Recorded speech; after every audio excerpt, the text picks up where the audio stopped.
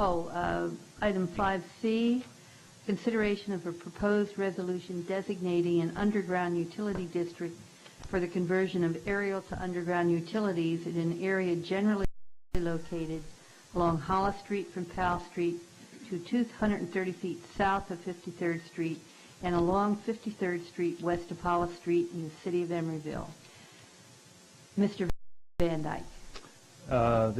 This underground district is required to allow Chiron to proceed with their undergrounding requirement imposed as part of their development, and we have notified the property owners that are affected. Have not been contacted by any of the property owners having questions, and it would be recommended to proceed with formation of the underground district. Have a public hearing on this item. The public hearing is now open. Any citizens like to come forward and speak to this issue? There being none, the public hearing is closed. I have one question. On the east side of Hollis Street, between Powell and Stanford, you show. Oh, I see. Those. That's the boundary. They're outside. Those properties are outside the boundary. That's right. Correct. Oh, okay. They won't be benefiting from it. So they get served from another street. Yes, where properties are excluded. Yeah. For example, at 53rd and Hollis, they're getting served. I looked at this diagram and I thought it was a diagram of like the poles that were coming down or something. And I thought, okay. I'll second the motion. Call the roll, please. Councilmember Bukowski. Aye. Councilmember Harper. Aye. Vice Mayor Cassis. Aye. Mayor Davis. Aye. Administrative items. We've already done the budget, and item 7A3 has been removed from the agenda. 7B, resolution of the City of Emeryville opposing Assembly Bill 638 concerning the right to carry concealed weapons. Chief Coletti. Chief Coletti. Very briefly, this bill would permit, start over again, I'm sorry. Just as we described on concealed weapon permits, where it's discretionary, it would eliminate the language that makes it or discretionary on the part of the local chief, and would substitute the word shall issue upon showing that they are of good moral character, etc. About 6 weeks ago, it passed the Assembly. It's now before the Criminal Procedures Committee in the state Senate. I think it's very important that we get to Bill Lockyer, as well as the Criminal Procedure Committee chair, expressing our grave concerns and opposition to AB 638. I'll second the motion. Call the roll, please. Councilmember Bukowski. Aye. Councilmember Harper. Aye. Vice Mayor Cassis. Aye. Mayor Davis. Aye. Are there any communications and reports from department heads? Mr. Biddle? Yes, we were informed earlier today, and I imagine Ms. Capio might have known a little bit earlier that Kava Masi has left Ratcliffe Architects and has started a new business in the city of Berkeley. Under our municipal code, effective the date that he left his employ with Ratcliffe, his position on the Planning Commission was essentially terminated, and so we will be we're in the process of noticing that vacancy, and then the council will need to fill that vacancy, and we're proposing to try and bring that to you on the 18th. I think we've provided sufficient notice for that vacancy such that you can act on the next council meeting. And we also have to act on two other commission members are up for appointment. Yeah, this was an unanticipated absence, or vacancy rather. So if somebody wants to, they've got to fill out an application, and those are available at City Hall. Yes. We'll fax it to them for only 15 cents a page. No.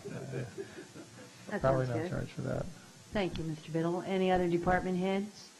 Mr. City Manager? Nothing. Council members? I had one item.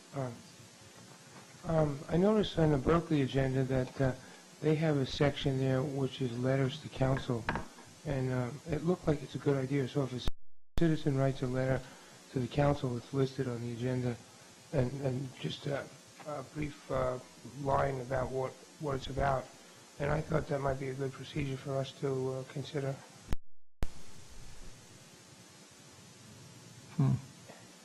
If you look at the Berkeley agenda, it's the last page.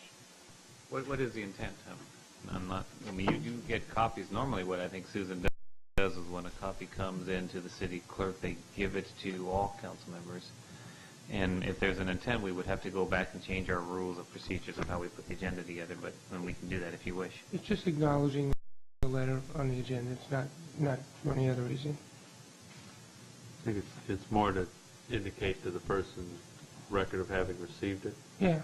Which with record of receiving it, and also saying that we're being responsive. And I know that the Air District does the same thing. Just a little one-sentence thing on the agenda that says correspondence received. Boom, boom, boom.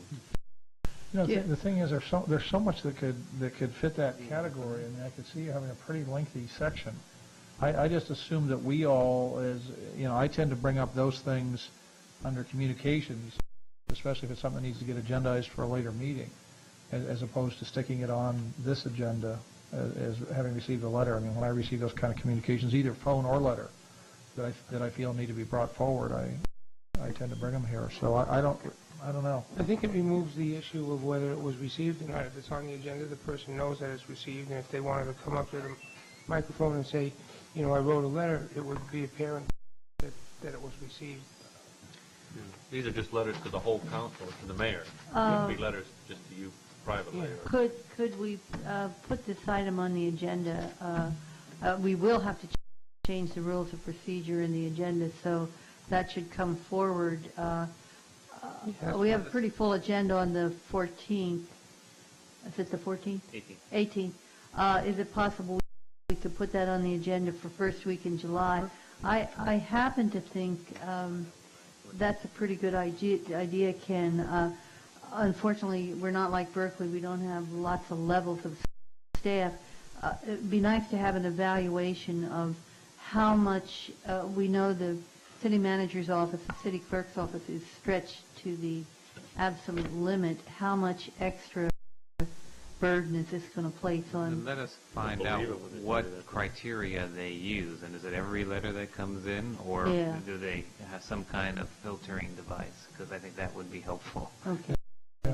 And would you include when we do bring that back? Not every letter to you. Every letter that comes to council in Berkeley only has, and there's about, I'm surprised that the list is as short as it is, but our list would be even shorter. I mean, how many do we get every 2 weeks? Letters to the whole council? A lot of individual. Yeah. Each of you get one. Yeah. So you don't know the other one has one, maybe? Oh, you mean if a letter comes to an individual council member? Yeah, a lot of Each times one With your addressing name it. on I it, have Greg 5 Harper. separate letters, the same letter, but they're in 5 separate envelopes. Yeah, so that's just one entry on the thing. It's so-and-so sent a letter. Right. Could you bring There's us a lot of copy letters. This Air District policy on that? Well, I mean, it's the same thing. It would just be showing you that the following correspondence was received, is all it says. John, when you bring that back, would you include a copy I can give you the Air of the District, Berkeley the Air District agenda notes. so we can see what it looks like? Anything else? I just have one issue here, and this was in regard to a news release from the Public Utilities Commission in regards to cellular siting rules. We know there's kind of a feeding frenzy about cellular sites, and my question is, do we have any kind of regulation in the city on the siting of these towers or facilities or whatever? We do? Specific to,